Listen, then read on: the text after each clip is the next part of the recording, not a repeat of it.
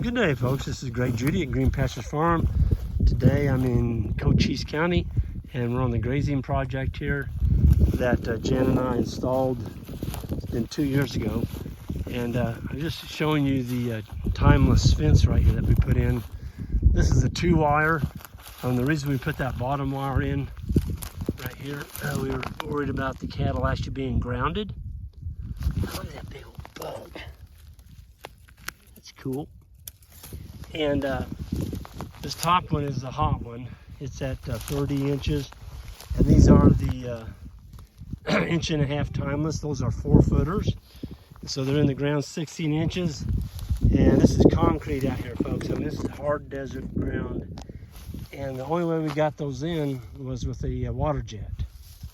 And so we had a water jet. We blasted a hole in the ground, then we used a steel post driver and drove these in, and it actually worked pretty darn good. And I was just curious, how well these posts would hold up out here in this desert sun.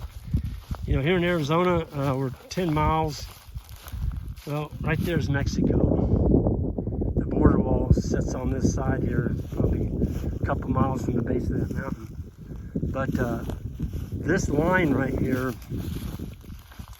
it's got exposure to the sun all the time.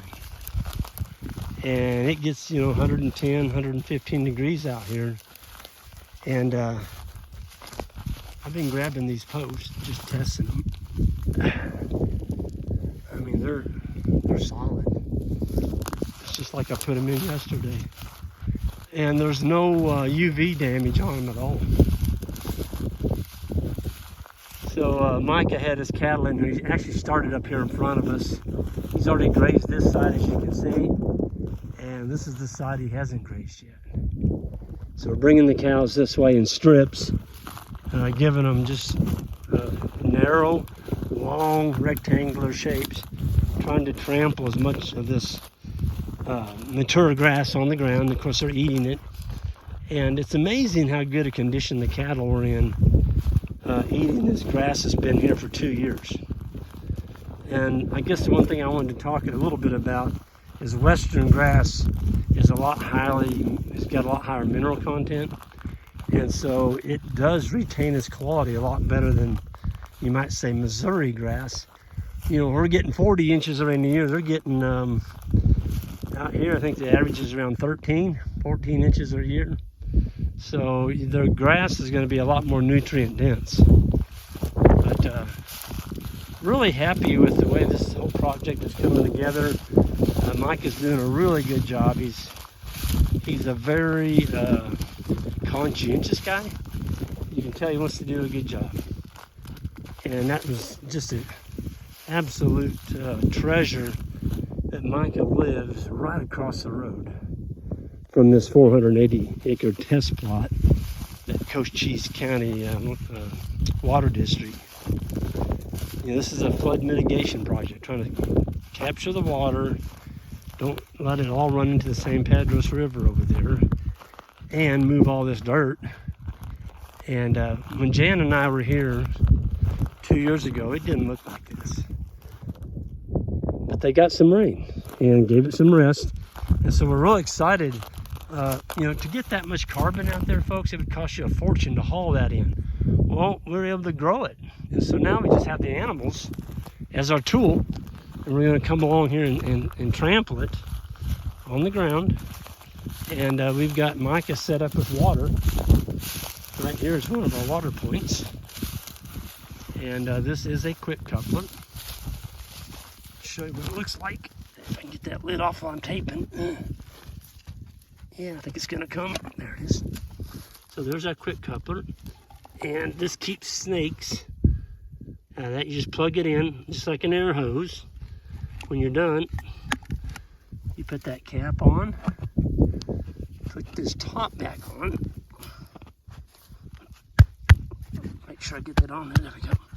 You don't want to have a timber, a desert rattlesnake in there when you go to plug that in at night. Always put your caps back on your quick couplers. And yeah, I got to taste a little bit of a rattlesnake today. I literally walked within 1 foot I mean, this dude was full of mice, big old hog of a snake. And he took off, and I mean, let me tell you what, I was stepping high for the first 5 or 6 steps getting away from him. I literally walked right beside him, and he didn't strike me. I'm just saying, thank you. Thank you, thank you, thank you. And he was a brute.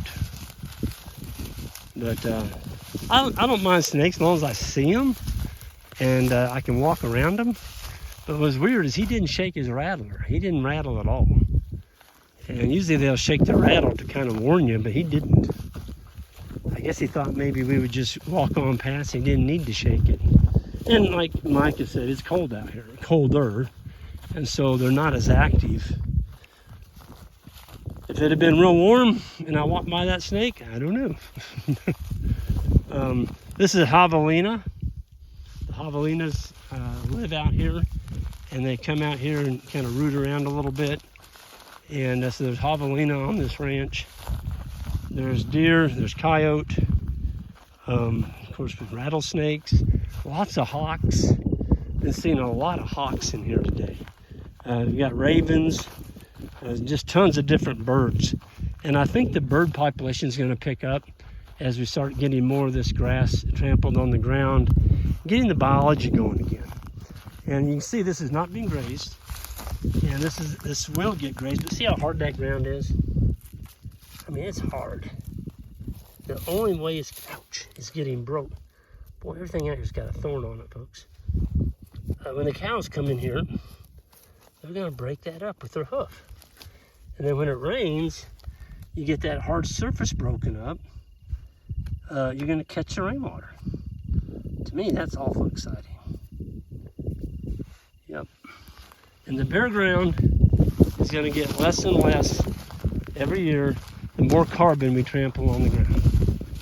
So we've got a wonderful tool. It's called a ruminant animal. And we've got control of the ruminant animal with our predator. Predator being that hot wire timeless fence post. And the high tensile wire, that's 12 gauge, and we got 8,000 volts in there. So we've got control of the animals. And folks, when you start increasing your animals out here on this desert and breaking this soil capping, you're gonna grow more grass. And I asked Micah about the time it takes to move these animals. He says 15 minutes. That's the most money he's making all day, is moving that wire, because those cows are gaining weight. They're gaining weight because they're getting a good bite to eat every time he moves that wire. I can remember when we came onto this property, it's been almost 3 years ago, and it's 480 acres, and I think there was 20 cows on it. And every cow in here was like a deer. They'd take off running when they saw you, and they'd graze this thing down to dirt. And granted, it was summertime, it was hot, and it was right before the monsoons hit. And I just looked at it, I'm like, man, I don't know if we'll ever grow anything out here. But Micah's cattle are so tame. We walked into them, they didn't even get up. They're all sitting there chewing their cud, looking at us like, what are y'all doing over here?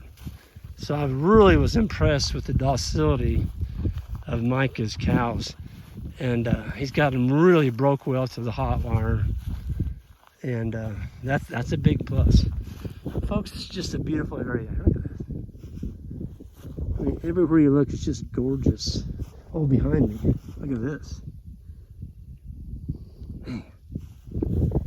Yep, it's beautiful. Awful pretty scenery every direction you look. I'm gonna go ahead and get rid of this video. I'm gonna sign off, and everyone have a good day, and hit that subscribe button on the way out, and we'll see you next time.